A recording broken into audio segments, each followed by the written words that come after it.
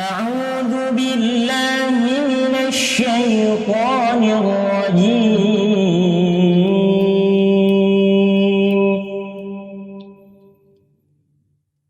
يا أيها الذين آمنوا هل أدلكم على تجارة تنجيكم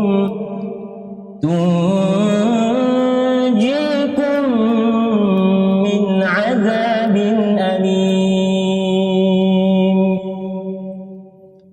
تؤمنون بالله ورسوله وتجاهدون في سبيل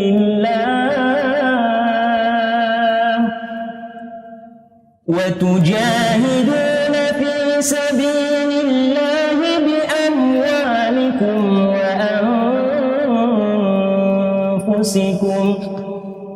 ذلكم خير لكم إن كنتم تعلمون. يغفر لكم ذنوبكم ويدخلكم جنات تجري من تحتها الأنهار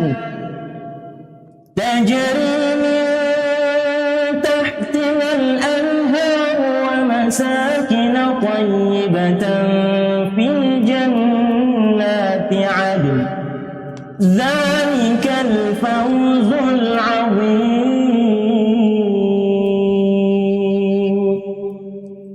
وأخرى تحبونها نصر من الله وفتح قريب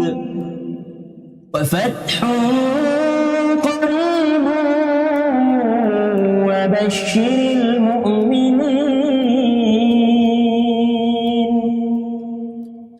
يا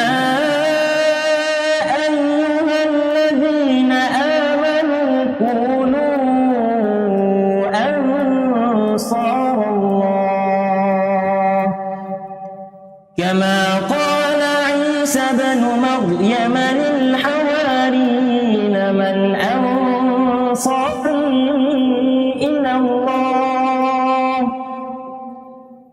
قال الحواريون نحن أنصار الله.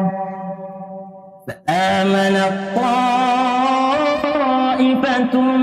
من بني إسرائيل وكفرت طائفة فأيدنا الذين آمنوا على عدوهم فأصبحوا ظاهرين.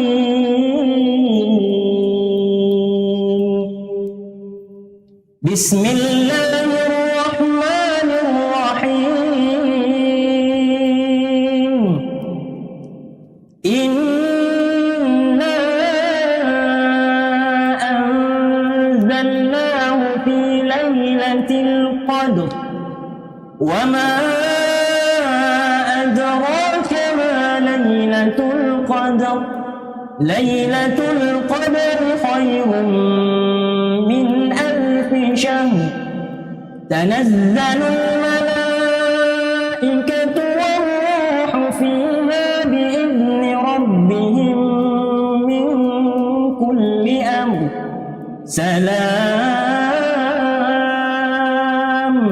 سلام هي حتى مطلع الفجر.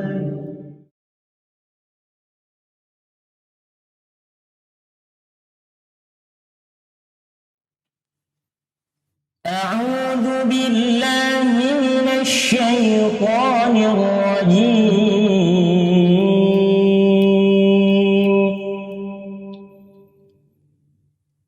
يا أيها الذين آمنوا هل أدلكم على تجارة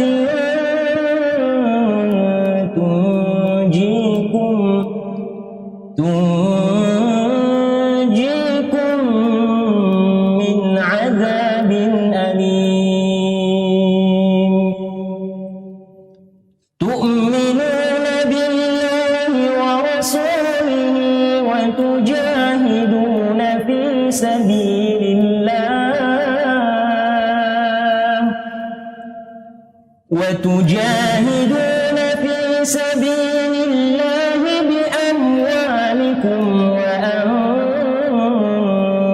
وأنفسكم ذلكم خير لكم إن كنتم تعلمون يغفر لكم ذنوبكم ويدخلكم جنات تجري من تحتها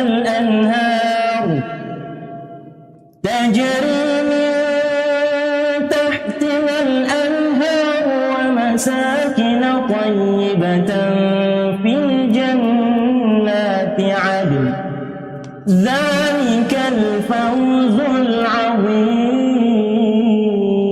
العظيم وأخرى تحبونها نصر من الله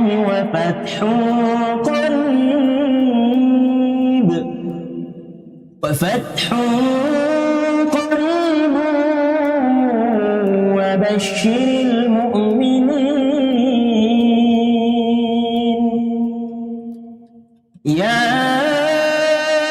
أيها الذين آمنوا كونوا أنصار الله كما قال عيسى بن مريم للحواريين من أنصاري إلى الله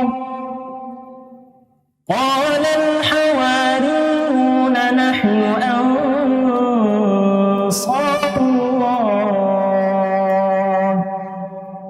فآمنت طائفة من بني إسرائيل وكفرت طائفة فأيدنا الذين آمنوا على عدوهم فأصبحوا ظاهرين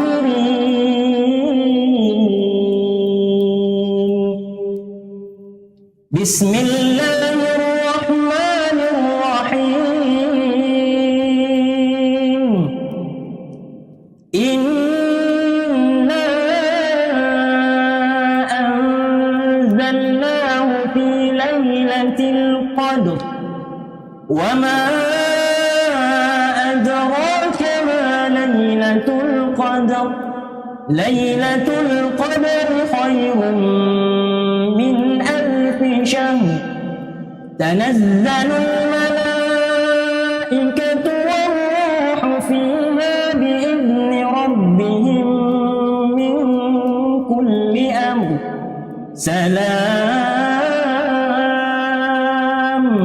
سلام هي حتى مطلع الفجر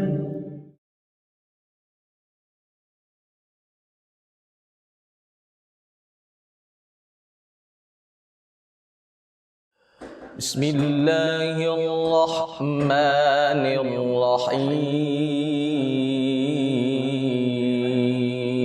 الرحيم ما كان محمد أبا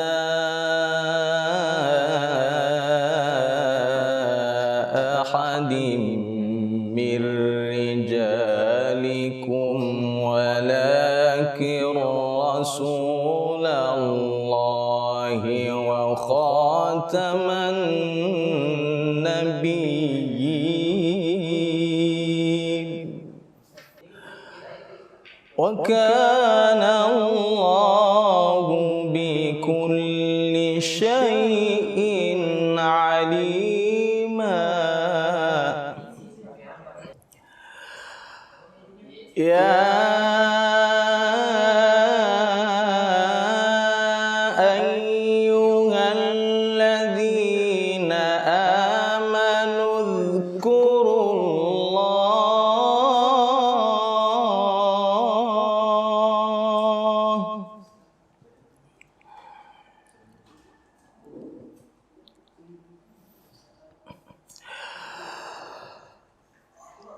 يا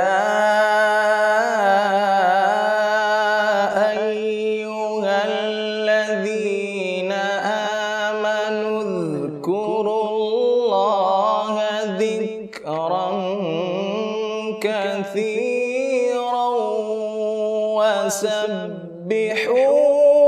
بكرة وأصيلا.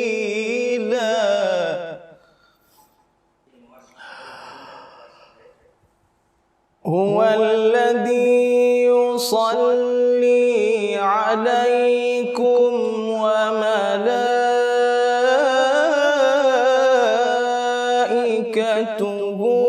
ليخرجكم من الظلمات إلى النور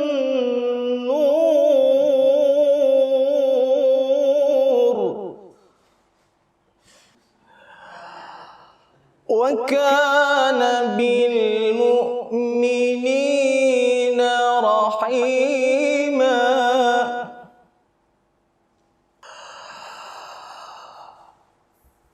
ما كان محمد أبا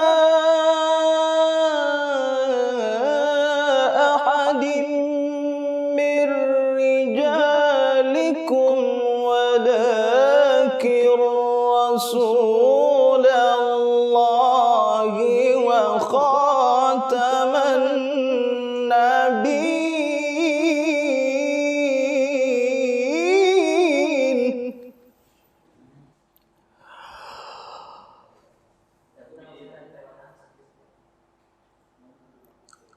وكان الله بكل شيء عليما.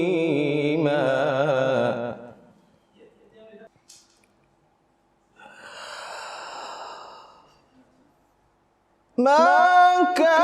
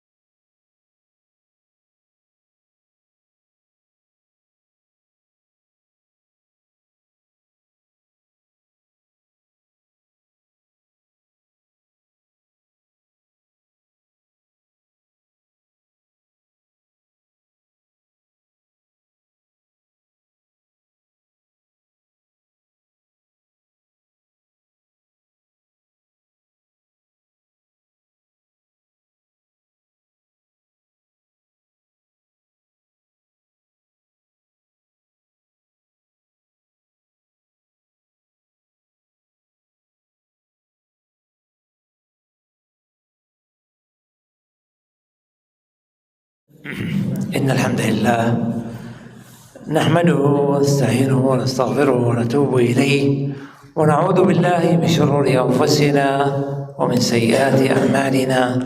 من يهده الله فلا مضل له ومن يضلل فلا هادي له، وأشهد أن لا إله إلا الله وحده لا شريك له، وأشهد أن محمدا عبده ورسوله صلى الله عليه وعلى آله وصحبه وسلم تسليما كثيرا. أما بعد، السلام عليكم ورحمة الله وبركاته.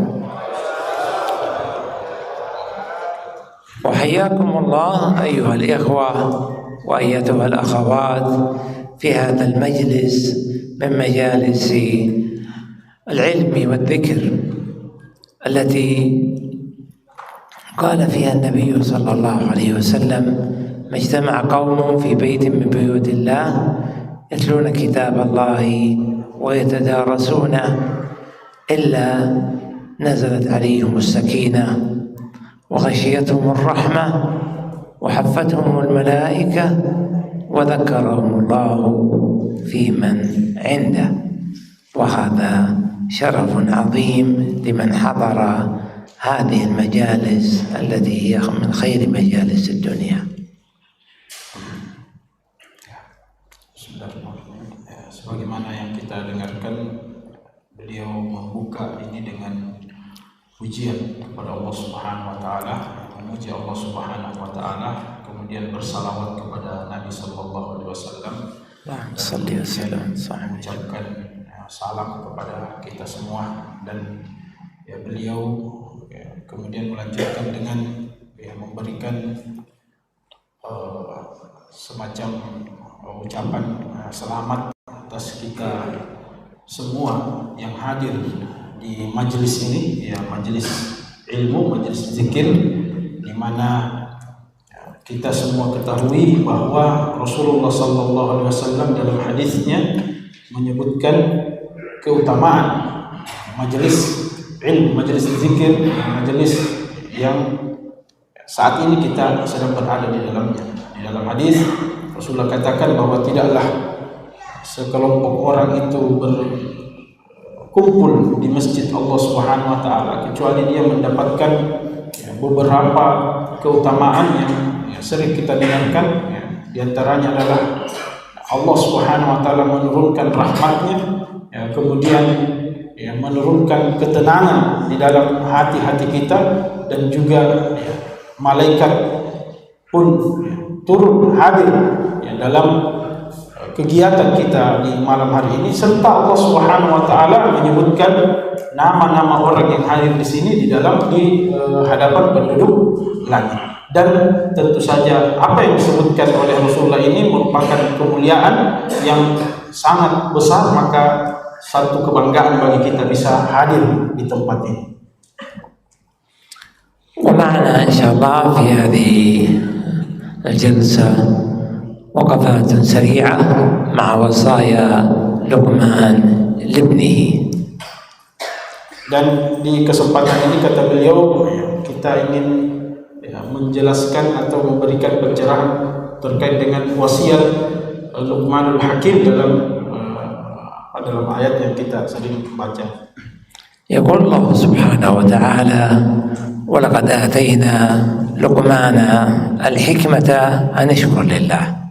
يقول الله تعالى: ولقد آتينا ولقمان هو رجل صالح أعطاه الله الحكمة، وهي العلم والعمل. من جمع بين العلم والعمل فهو الحكيم. قال الله تعالى: وقد آتينا لقمان الحكمة، أي العلم والعمل، أن اشكر لله، أن اشكر لله، أي على ما آتاك من الحكمة. وشكر الله واجب على كل نعمة يعطى إياها الإنسان. نعم. Dalam surah Luqman disebutkan bahwa Allah Subhanahu wa taala memberikan kepada Luqmanul Hakim adalah seorang hamba Allah yang saleh, yang dikenal dengan kebijaksanaannya dalam menasihati, dalam berwasiat.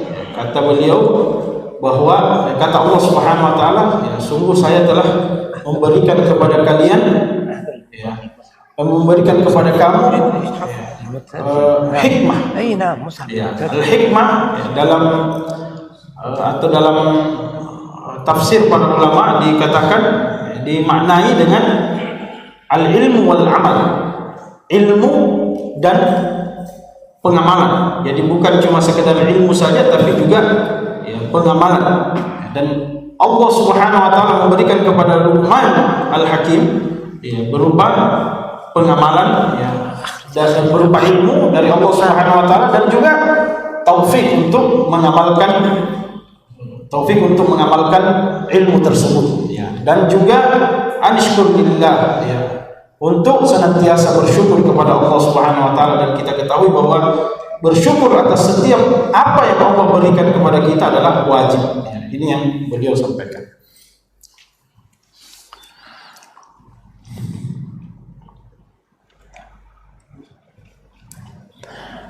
نعم.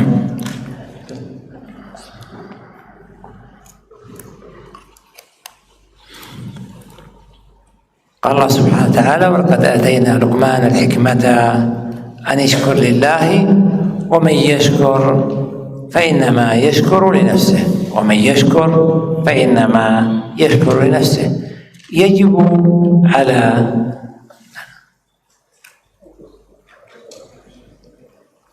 jangan diambil gambarnya. Sudah diperingati di awal, mohon maaf untuk beliau Syekh melarang untuk mengambil gambar beliau secara pribadi. Foto video boleh, tapi بس فقط هذا رسمي بس. قال الله تعالى: ومن يشكر فإنما يشكر لنفسه ومن يشكر فإنما يشكر لنفسه، أي أن الشكر إنما يكون له هو لنفسه، ومن كفر أي ومن جحد النعمة ولم يشكرها فإن الله غني حميد فإن الله غني حميد. يقول الله سبحانه وتعالى: ومن يشكر فإنما يشكر لنفسه. الشكر هو اعتراف القلب بالمنعم سبحانه وتعالى، والثناء باللسان، والعمل بالجوارح أن يعمل بالنعمة في طاعة الله، أن يعمل بالنعمة في طاعة الله. Kata beliau menyambung ayat atau wasiat Luqman ini, beliau katakan, "Wa man yashkur fa innama yashkuru li nafsihi." Siapa yang bersyukur kepada Allah Subhanahu wa taala, maka sungguh dia telah bersyukur terhadap dirinya. Jadi pada hakikatnya bersyukur itu adalah bukan untuk Allah, bukan untuk apa yang atau diinginkan oleh Allah Subhanahu wa taala, tapi untuk diri kita sendiri. Akan kembali kepada diri kita sendiri. Ya, dan makna syukur di sini adalah bagaimana kita mengakui nikmat Allah Subhanahu wa taala, bagaimana hati kita mengakui pemberian Allah Subhanahu wa taala, dan itu diucapkan dalam bentuk kata-kata atau lisan kita. Dengan mengucapkan pujian kepada Allah Subhanahu wa taala, lalu kemudian diekspresikan melalui perbuatan-perbuatan berupa ketaatan kepada Allah Subhanahu wa taala. Itu hakikat daripada syukur. Jadi bukan cuma satu ungkapan, tapi dia mulai dari hati kita, yaitu bagaimana hati kita ini mengakui bahwa ini dari Allah Subhanahu wa taala. Kemudian lisan kita, dan kemudian anggota tubuh kita mengekspresikannya dengan taat kepada Allah Subhanahu wa taala. Lalu kemudian di ayat selanjutnya, di sambungan ayat ini dikatakan, wa man kafara, dan siapa yang mengingkari. Artinya dari semua tiga aspek ini diingkari, baik dari hati diingkari, tidak diakui bahwa itu bukan dari Allah Subhanahu wa taala, lalu kemudian tidak pernah memuji Allah Subhanahu wa taala, dan juga tidak taat kepada Allah Subhanahu wa taala, maka kata Allah Subhanahu wa taala, Allah tidak membutuhkan hal-hal yang seperti ini karena Allah Maha Kaya. ودوام النعم وزيادتها إنما هو بالشكر. قال الله تعالى: لئن شكرتم لأزيدنكم ولئن كفرتم إن عذابي لشديد. والله سبحانه وتعالى لا تنفعه طاعة الطائعين ولا تضره معصية العاصين، وليس يفيده شيء شكر الشاكرين، فهو الغني سبحانه وتعالى الحميد، وهو كذلك لا يضره كفر الكافرين الذين يكفرون النعمة يجحدونها. فمن شكر فإنما كما قال تعالى يشكر لنفسه، أي أن شكره يعود لنفسه. Kemudian beliau melanjutkan bahwa nikmat itu akan bertambah dengan bersyukur. Nikmat itu akan bertambah dengan bersyukur. Sebagaimana disebutkan oleh Allah Subhanahu wa taala, jika kalian bersyukur maka Allah Subhanahu wa taala akan menambahkan. Allah akan tambahkan nikmat tersebut. Dan sekali lagi bentuk kesyukuran kita kepada Allah Subhanahu wa taala itu tidak akan menambah apapun bagi Allah. Ketaatan kita kepada Allah Subhanahu wa taala tidak akan menambah kemuliaan Allah, tidak akan menambah apapun bagi Allah Subhanahu wa taala. Begitupun sebaliknya, kemaksiatan kita tidak pernah mengurangi kekuasaan Allah Subhanahu wa taala.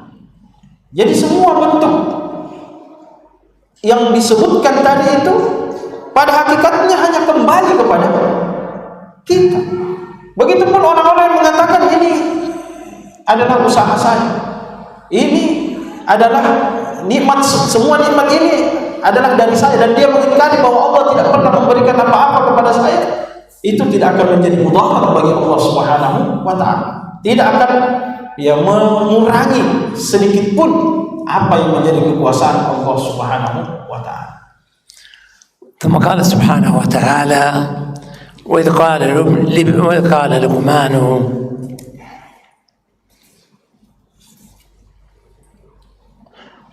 لقمان لابنه وهو يعظه يا بني لا تشرك بالله.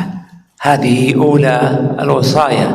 وإذ قال لقمان لابنه وهو يعظه يا بني لا تشرك بالله. هذه هي الوصية الأولى. إن الشرك لظلم عظيم. يا بني لا تشرك بالله، أي لا تجعل لله ندا تصرف له بعض ما يجب لله سبحانه وتعالى، فتجعله شريكا لله في ربوبيته أو ألوهيته أو أسمائه وصفاته.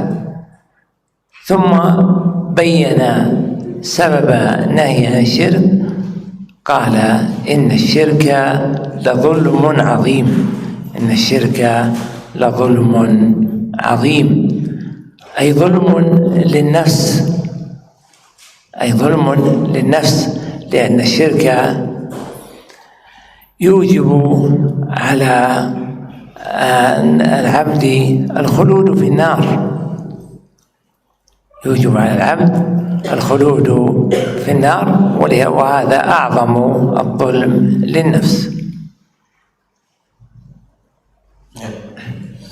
Kata beliau menyambung ayat ini di wasiat pertama, yaitu ayat selanjutnya, wa idh qala Luqman libnihi, ketika Luqman mengatakan kepada anaknya, wa huwa ya'izuhu ya bunayya la tusyrik billah. Dia mengatakan kepada anaknya, menasihati anaknya, jangan engkau menyekutukan Allah Subhanahu wa taala. Ini wasiat pertama Luqman untuk tidak mensyarikatkan Allah.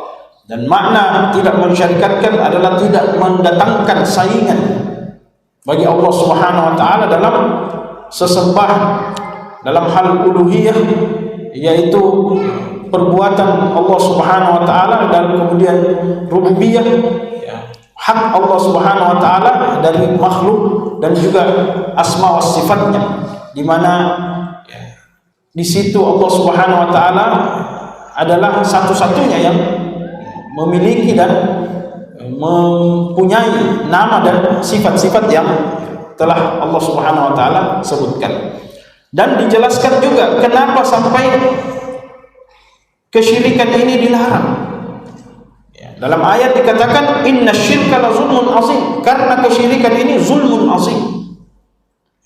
Dan yang dimaksud dengan zulmun azim di sini adalah zulmun li nafs, atau kezaliman terhadap diri kita. Karena syirik ini akan menzalimi diri kita. Dari aspek mana? Karena kesyirikan ini mewajibkan seseorang itu kekal di neraka. Dia akan mewajibkan seseorang itu kekal di neraka. Sehingga orang yang melakukan kesyirikan telah menzalimi dirinya dengan mengekalkan dirinya di dalam api neraka. Waliyahillah.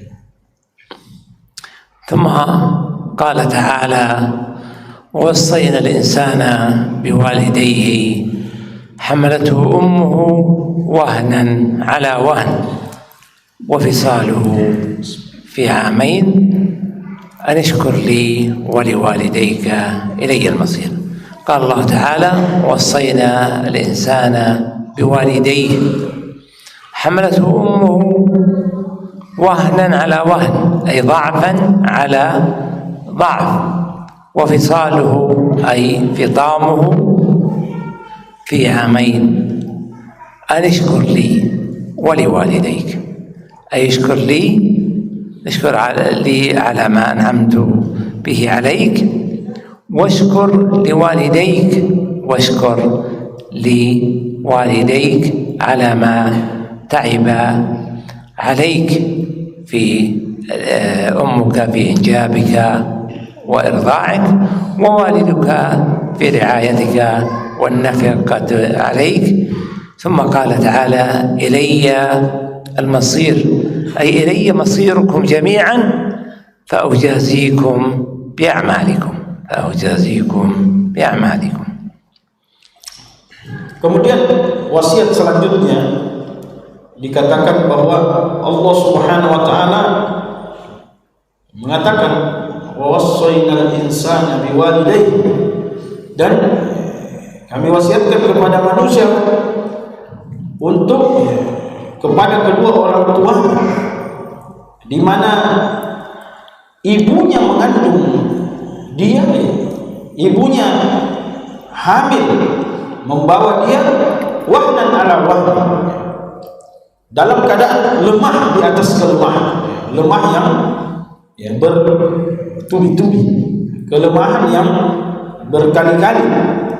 Kemudian tidak cukup sampai di situ, wa fisaluhu fi amain, di mana dia pun disusui sampai dengan usia 2 tahun. Selama 2 tahun dia disusui, sehingga ini juga menambah kelemahannya. Oleh karenanya Allah Subhanahu wa taala memberikan wasiat kepada, atau Luqman mewasiatkan di sini untuk senantiasa bersyukur kepada Allah Subhanahu wa taala atas nikmat yang diberikan berupa orang tua yang mau dibebankan, orang tua yang mau direpotkan untuk mengandung kita, dan juga mau direpotkan untuk menyusui kita. Dan juga Allah Subhanahu wa taala, karena sebab ini maka kita bersyukur kepada Allah Subhanahu wa taala, dan kepada kedua orang tua kita yang telah lelah, yang telah merasakan semua kelelahan, dan kepada ayah dan ibu kita khususnya, ayah kita juga ikut mengambil andil dengan menafkahi, dengan menjaga kita, dan seterusnya. Lalu kemudian Allah menutup ayat ini dengan ilayyal masir, bahwa semua akan kembali kepada Allah Subhanahu wa taala, yang artinya bahwa semua perbuatan kita akan dibalas oleh Allah Subhanahu wa taala, dikembalikan urusannya kepada Allah dan dibalas oleh Allah Subhanahu wa taala atas apa yang telah kita lakukan sebelumnya. Tentu saja yang dimaksud adalah ayat yang kita baca sebelumnya mengenai kedua orang tua kita.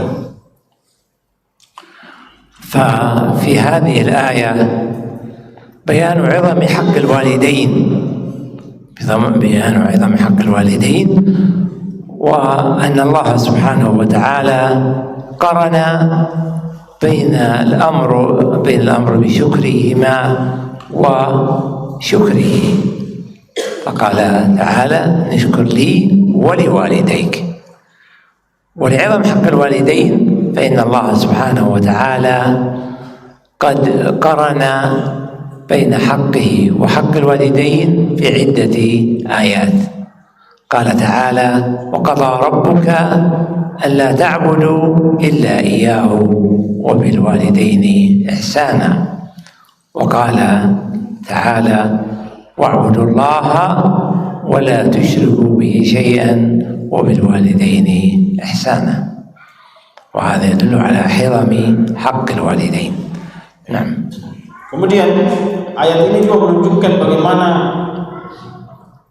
kedudukan kedua orang tua kita, di mana Allah Subhanahu wa taala menyebutkan dalam ayat ini menyandingkan antara bersyukur kepada Allah dan bersyukur kepada kedua orang tua. Bersyukur kepada Allah dan kepada orang tua kita, di mana Allah katakan anishkurli wa liwalidayk. Bersyukurlah kepadaku dan kepada kedua orang tua. Itu dipersandingkan. Artinya kedudukannya sangat tinggi. Dan di beberapa ayat disebutkan, di antaranya ayat yang beliau baca di surah Al-Isra, disebutkan ani'budullaha wa'budullaha wa la tusyriku bihi syai'an wa bil walidayni ihsana. Bagaimana kita menyembah Allah Subhanahu wa taala dan setelah itu ada perintah untuk berbuat baik kepada kedua orang tua. Jadi di beberapa posisi, di beberapa ayat menyebutkan persandingan antara menyembah Allah, mentauhidkan Allah dengan hak orang tua. Ada hak Allah dan hak kedua orang tua, itu selalu dipersandingkan dalam atau disamakan ya dalam satu ayat, disatukan dalam satu ayat ya, sehingga ini menunjukkan bagaimana posisi, kedudukan dan kemuliaan kedua orang tua kita. ثم قال سبحانه وتعالى: ثم إلي مرجعكم وأنبئكم بما كنتم تعملون. يذكر الله سبحانه وتعالى بأن مرجع الخلق والعباد كلهم إليه، فكل ينبئ كل أحد ويجازيه بعمله. نعم. Lalu kemudian Allah Subhanahu wa taala menyebutkan bahwa ilayya marji'ukum, bahwa kepada saya, kepadaku semua akan kembali, atau semua akan dikembalikan kepada Allah Subhanahu wa taala atas perbuatan kita, baik itu kepada Allah maupun kepada kedua orang tua. Itu akan dihakimi oleh Allah Subhanahu wa taala dan akan dibalas sesuai dengan apa yang kita lakukan.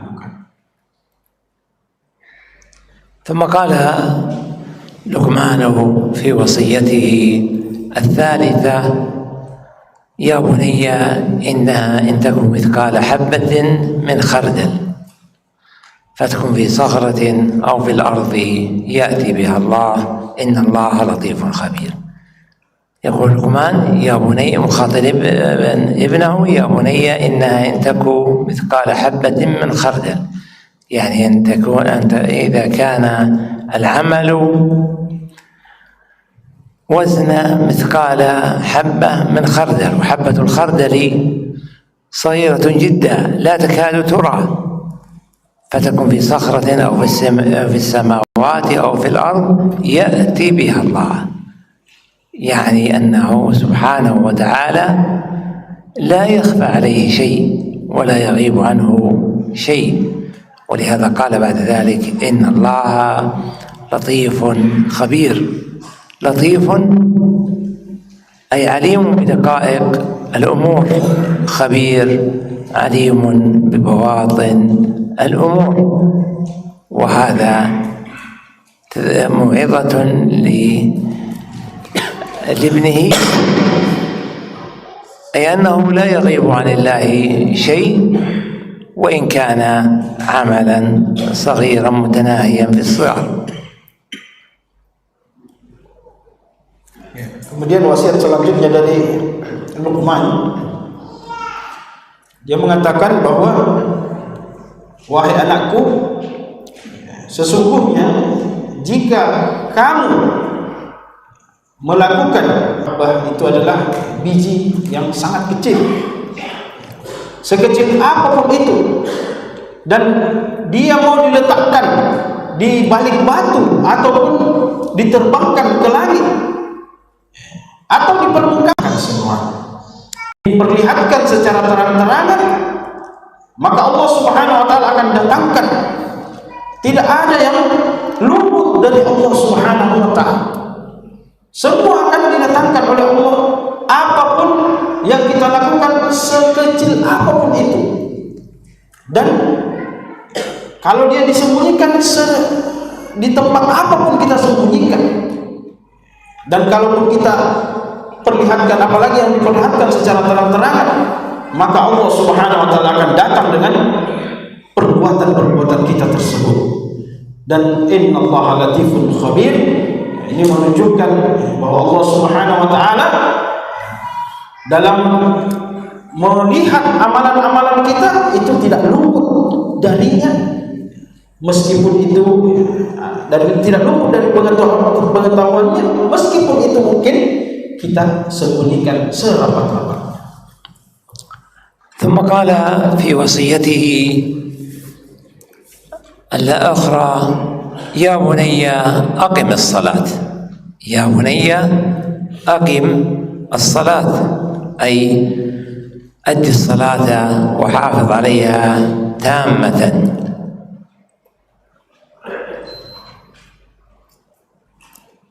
ثم قال في الوصية التي بعدها: وأمر بالمعروف وانهى عن المنكر.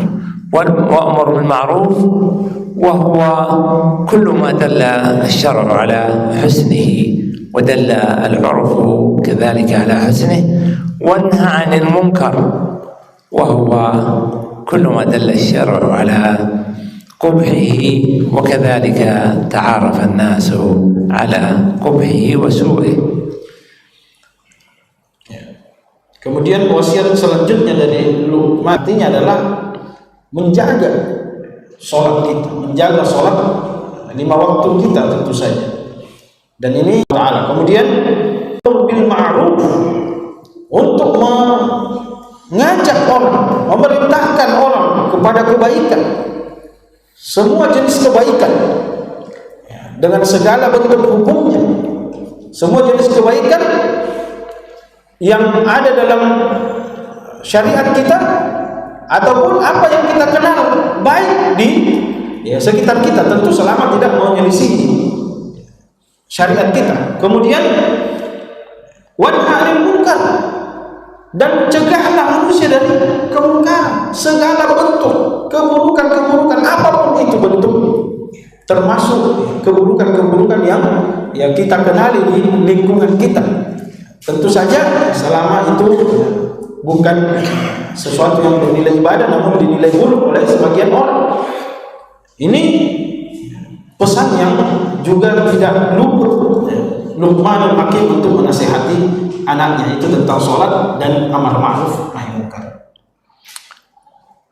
واصبر على ما أصابك، قال واصبر على ما أصابك، لأن من أمر بالمعروف ونهى عن المنكر فلا بد أن يؤذيه الناس فيحتاج إلى الصبر، ولهذا قال واصبر على ما أصابك إن ذلك من عزم الأمور، أي إن هذا الأمر من الأمور أقول الكبيرة العظيمة، من عزم الأمور، أي من الأمور التي ينبغي الحرص عليها، يعني الأمور العظيمة التي ينبغي الحرص عليها. Kemudian melanjutkan wasiat Luqman, dikatakan wasbir ala ma asabak, dan bersabarlah atas apa-apa yang menimpa.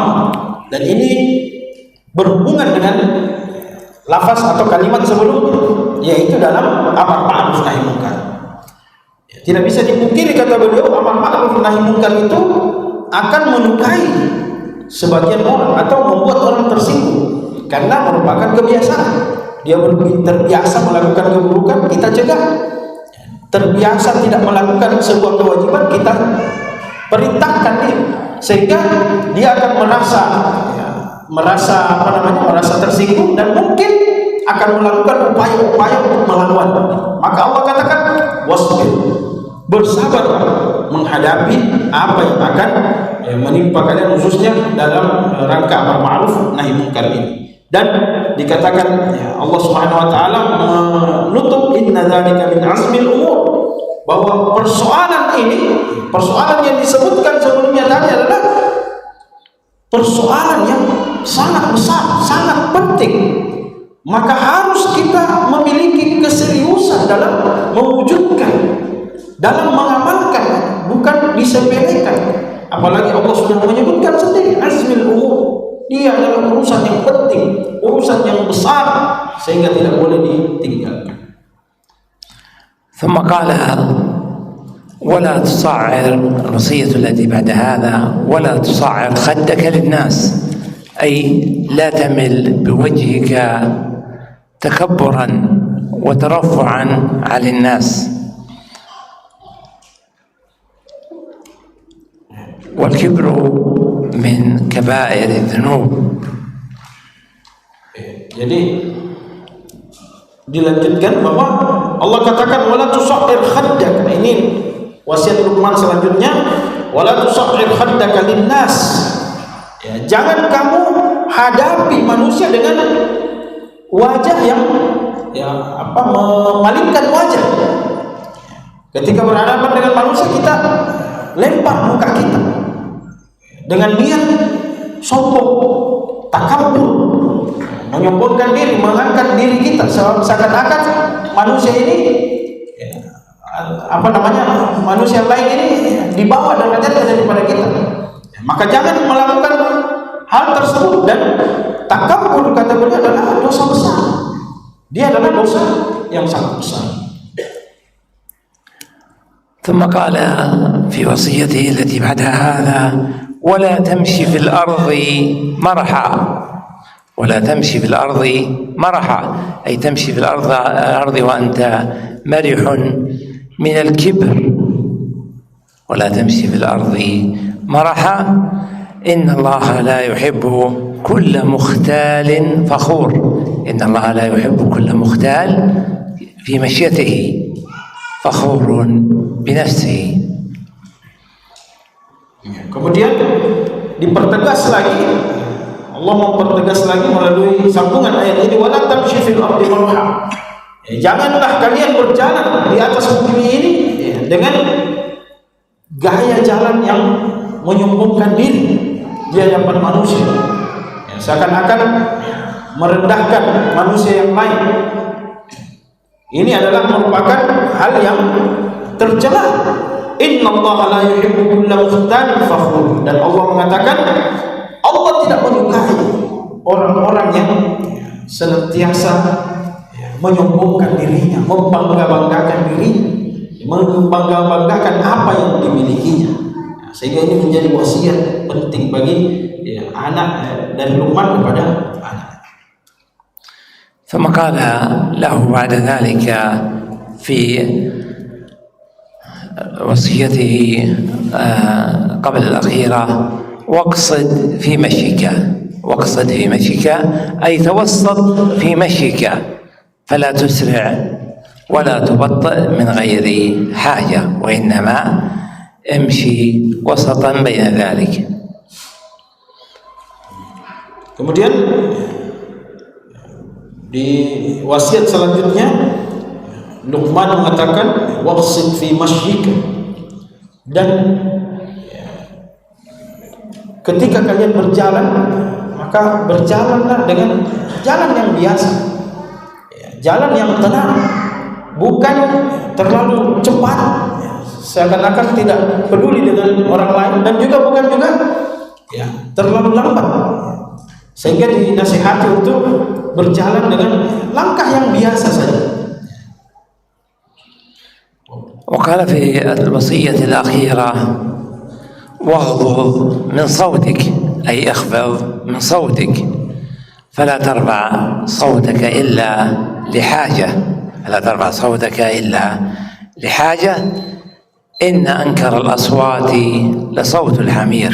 إن أنكر الأصوات لصوت الحمير، وذلك أن الحمار يرفع صوته من غير حاجة، ولهذا كان صوته من أنكر الأصوات.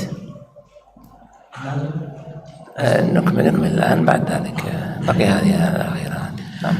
Kemudian dilanjutkan waqdud min sautik, pelan, suara itu dibiasakan pelan, jangan, ya artinya yang penting sudah terdengar oleh orang yang kita ajak bicara, jangan terlalu diangkat,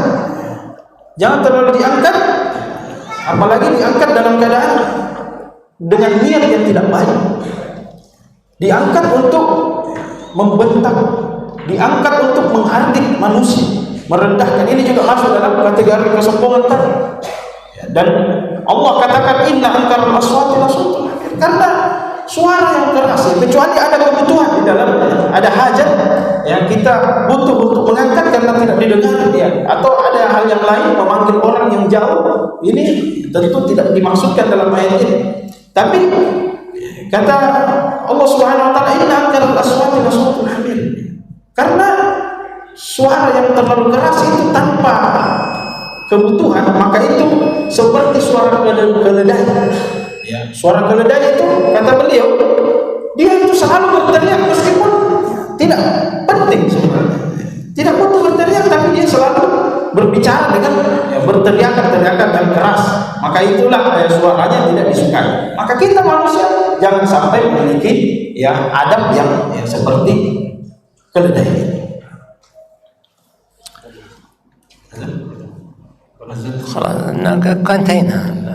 انتهت الوصايا.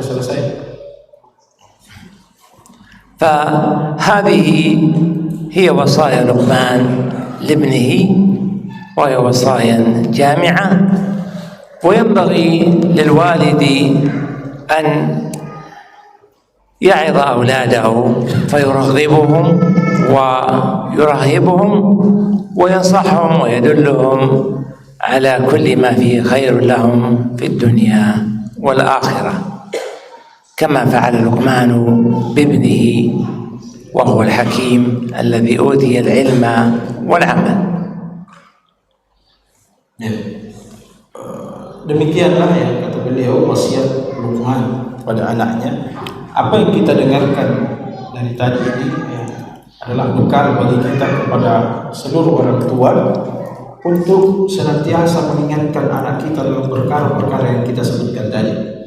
Senantiasa mengajarkan kepada anak kita poin-poin yang kita sebutkan, karena ini adalah wasiat Luqman yang disebutkan oleh Allah Subhanahu wa taala dalam Al-Qur'an tadi, dan jadikan dia bekal dalam pembinaan anak-anak kita agar mereka bisa selamat di dunia dan di akhirat tentu saja.